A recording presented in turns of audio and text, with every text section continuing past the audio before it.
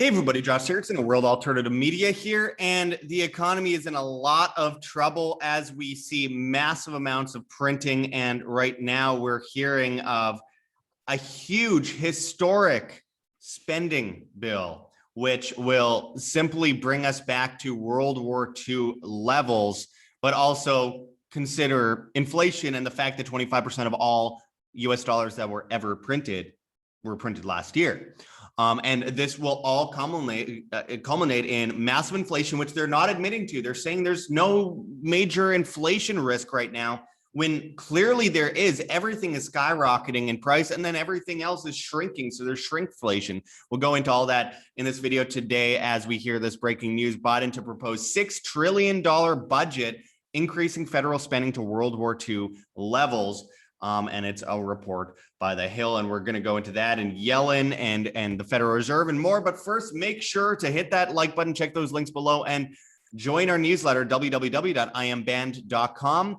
Just put in your email address. It's free and very easy, as well as join our Telegram group, World Alternative Media. Anyways, let's get into this. As it says, Biden to propose $6 trillion budget, increasing federal spending to highest sustained levels since World War II. According to a report. Now, no way to actually make this money or where this money's coming from, but nonetheless, we still have all the Keynesian economists going, yeah, well, it's the right thing to do because the spending will lead to more money. You got to spend money to make money. It's complete, utter nonsense. It will bankrupt every American and lead to more problems, which means more dependence, which means more people begging the government for help at a perfect time, isn't it, too?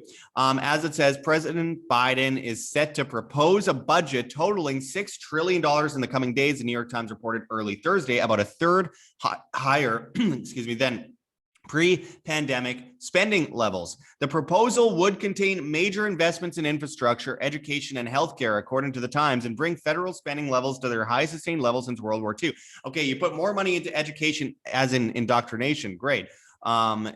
We have more money into infrastructure where they just pay contractors to do a really bad job so they can just keep throwing money around and moving money to artificially manipulate the economy over and over again for decades as the roads break apart after a couple of years. Oh, and maybe healthcare. Great. We got money going into healthcare, the very thing where they just put all the money into the pharmaceutical corporations, just give Pfizer, Moderna, AstraZeneca, Johnson & Johnson tons of money. Don't actually give it to the nurses. People will be waiting in waiting rooms. They won't be able to compete for the best product at the best price, which is what the free market does, which gives to the people much more so, because you end up with cheaper medications and not constantly inflating medications, because there's no reason to compete because money's just flowing out of taxpayers' wallets into the hands of these pharmaceutical corporations. It's fascism. But at the same time, you don't have the ability to strive for the best medications. It is all patented, it's all government controlled, and there's no way to actually fix the problems. You just create a bunch of medicines that are there to help with the symptoms, not the actual issue at hand, and it just makes people more unhealthy forever and creates dependency forever, just like printing countless money. And going back into that, as it says, under the plan, documents for which were obtained by the Times, the federal government would spend $6 trillion in the 2022 fiscal year, and spending would increase to $8.2 trillion by the end of the year 2031. Good time to put a date on that. By then, according to the United Nations, Agenda 2030 will have taken place, and there won't be that many people left on Earth. According to them, I'm not being a conspiracy theorist here. That's what they say at the UN. The plan demonstrates that Biden shows little interest in taming the deficit, which would remain above $1 trillion through the next decade, despite an expected economic recovery. What economic recovery? The deficit only exceeded that level in the 4-year period following the Great Recession, and again after the COVID-19 pandemic slammed the economy. Rather than find a path to sustainable debt, the plan would increase the country's debt burden to 117% of gross domestic product by the end of the decade, exceeding its World War II record in 2024. And by the way, that also, you have to take into account totally crazy interest rates, like negative interest rates you're basically paying.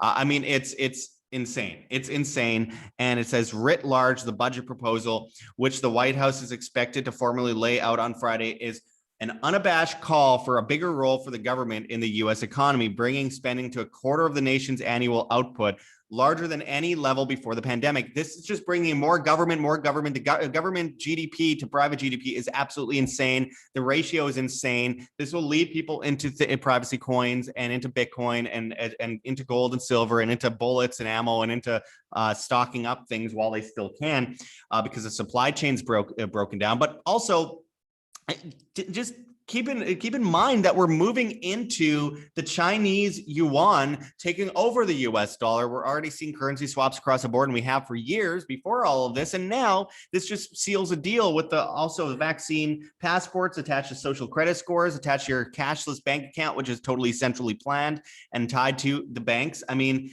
the government and the banks will control all your money. They'll track you everywhere. And this is basically the plan, the layout for the special drawing rights as well at the IMF, which of course, like the US and the Chinese government, artificially pumps up other people's economies by loaning them more money than they can pay back and then buy up all of their infrastructure, which the Chinese government's really doing right now more than anyone. Presidential budgets are rarely passed in their exact form and therefore serve primary as a messaging document telegraphing the administration's priorities. It's funny how everyone's like, oh, well, this is great. He's spending money on us. Thank God. We need higher taxes. We need all this stuff. It's like, guys, it literally bankrupts you so that you end up in chains, unable to pay for anything. The price of living increases dramatically. It doesn't matter how much they increase your wage, the money, the value, what you buy with that, the purchasing power will only get worse and worse and worse. And eventually $15 won't buy you what now you can buy for $1. I mean, it just goes without saying. Look at history, look at inflationary crises.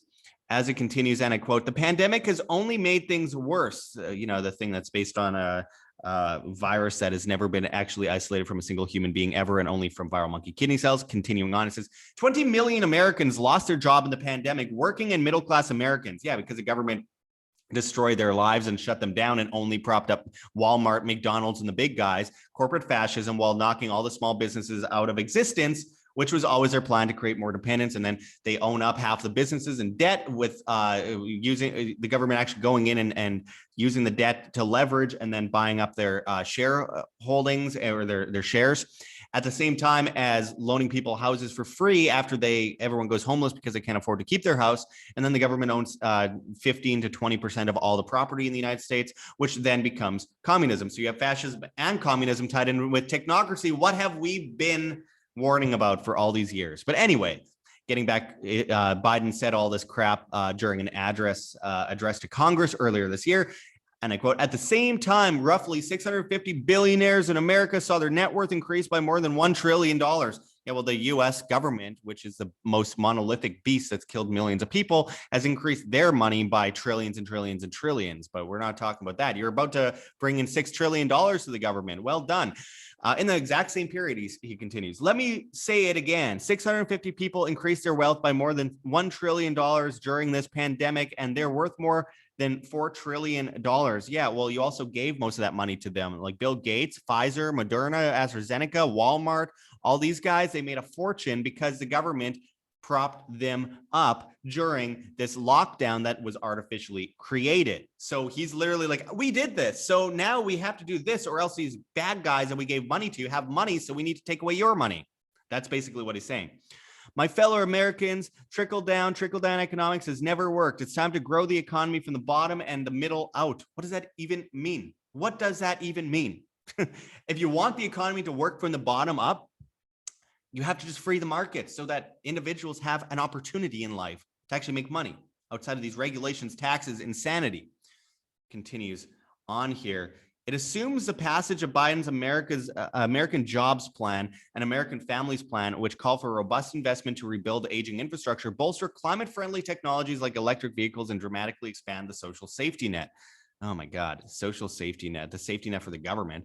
It does not include other major proposals Biden has endorsed, such as an overhaul of unemployment insurance or the addition of a public option in healthcare. All leads to exactly what I was saying. Oh man, and continuing on, we have the same crap from Janet Yellen. You know, the person said we would never see another crisis in her lifetime in December of 2019, and also said that we wouldn't see interest rates move for many years to come. Yellen says the government is operating like it's 2010, calls for more aggressive spending. If anyone you shouldn't listen to, if there's anyone in the world you really should not listen to for economic advice, it's Janet Yellen. Legit. Don't listen to Janet Yellen. She's a psychopath who has serious flaws in her logic, as in, we need to stop all this inflation. We need to stop all this inequality, wealth inequality. So now we need to print a bunch of currency that basically only affects Black communities more than anyone else and destroys small businesses in order to save Black people and small businesses. I mean, it's insanity. She and Paul Krugman are bad bedfellows. But continuing on, there are solutions. And again, I know it's ironic. Oh, the cashless society that's centrally planned will be stopped by the cashless society. Well, the difference is decentralization versus centralization. Decentralization, especially privacy-oriented decentralization. We've seen Bitcoin got hit a lot by the establishment lately. That's fine. In the end, it won't work. Bitcoin will survive. It's a difference between, you could take a gun and slaughter a whole bunch of innocent people, but you could use that same gun to save all those innocent people from being slaughtered. You can use the blockchain to enslave humanity if centralized, whereas you could use the blockchain to overthrow that which enslaves humanity if decentralized. People don't understand this. I always get attacked for it. People don't understand the technology, the actual decentralized technology. And moreover, it's not just Bitcoin. The ones that really matter for me are things like Pirate Chain. ARRR is the ticker, as they call themselves, untaxable, ungovernable, and all that. And I am a big fan of what Pirate's doing. And the price action right now over this time doesn't matter. It does not matter. What matters is the use case, the utility of it. And the utility is great, made by the people on the Komodo project. Which I've met the creator of Komodo. He's a good guy. Had a lot of good conversations with him. But the point is, what Pirate is doing is giving people an opportunity to keep their money safe from the inevitable technocracy that's in place, the complete monetary overhaul into the Chinese technocratic system, Pirate Chain, Epic Cash. We have Monero and we have Wownero, which are the ones that I've looked at the most, that I'm most excited about going forward, that actually show a good use case. And Pirate's still only in 105th place right now. I think it's very bullish.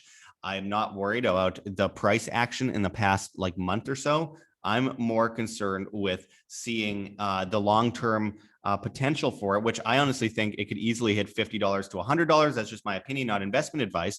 And it currently sits around $4. But also at the same time, it allows us to transact without being controlled by vaccine passports, without being controlled by the cashless society, ironically enough, which will help us not be controlled by the technocratic agenda being rolled out, the taxes, the whole idea of you not being able to spend your money if you don't get a vaccine, and your kids will be taken away and they'll be starved out and all that kind of stuff. Never mind all of that. Secure your money now. Secure your money now. Go to the privacy coins and keep your money safe from the centralized, authoritarian governments of the world that are tracing you everywhere you go, taxing you wherever you go, following you with every single footstep, and using the cashless society, which is centrally planned, in order to do that, tied in with social credit eventually, and then eventually complete enslavement, Logan's Run type enslavement.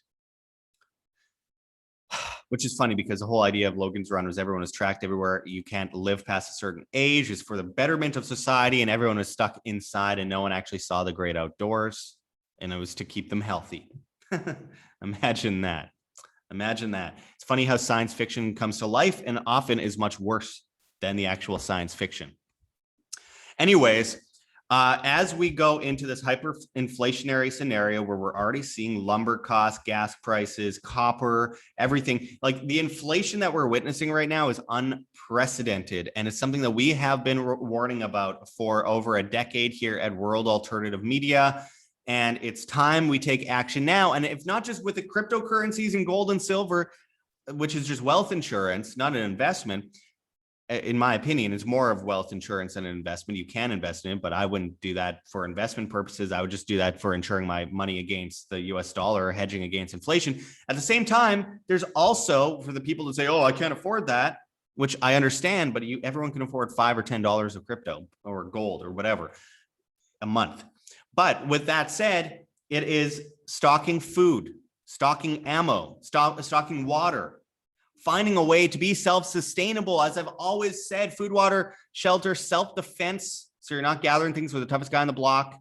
Gold, silver, cryptocurrencies that are decentralized, fundamentally useful blockchain technologies to outdo the government at their own game, which they're miserably terrible at, which is why they need a complete control of the masses, which is why they want dependence, because it's the only way that they could possibly sustain themselves is with fear, not with efficiency, fear. Anyways, we will continue to report on all this. Check the links below. Join our Telegram group, World Alternative Media. We're on gogetfunding.com, Patreon, Subscribestar. We haven't gotten any donations on Go Get Funding since like January for some reason. I don't know what's going on. So tell me if it actually works to send $1 or $2. I appreciate it. We have PayPal, we have Bitcoin, we have a Cointree link linked below. And of course, we're on BitChute, we're on Odysee, we're on flote.app, flote.app, as well as Rumble and the bad guys, Twitter at World Alt Media, as well as Instagram, World Alternative Media. We have NFTs, we have a Teespring store, we have all sorts of stuff below. But again, join our newsletter, www.imband.com, and join us on Telegram, World Alternative Media. Really appreciate everyone. Share this far and wide, like the video, and hit the notification bell. And until next time, this is Josh Sigurdson signing out from World Alternative Media. Find the truth, be the change.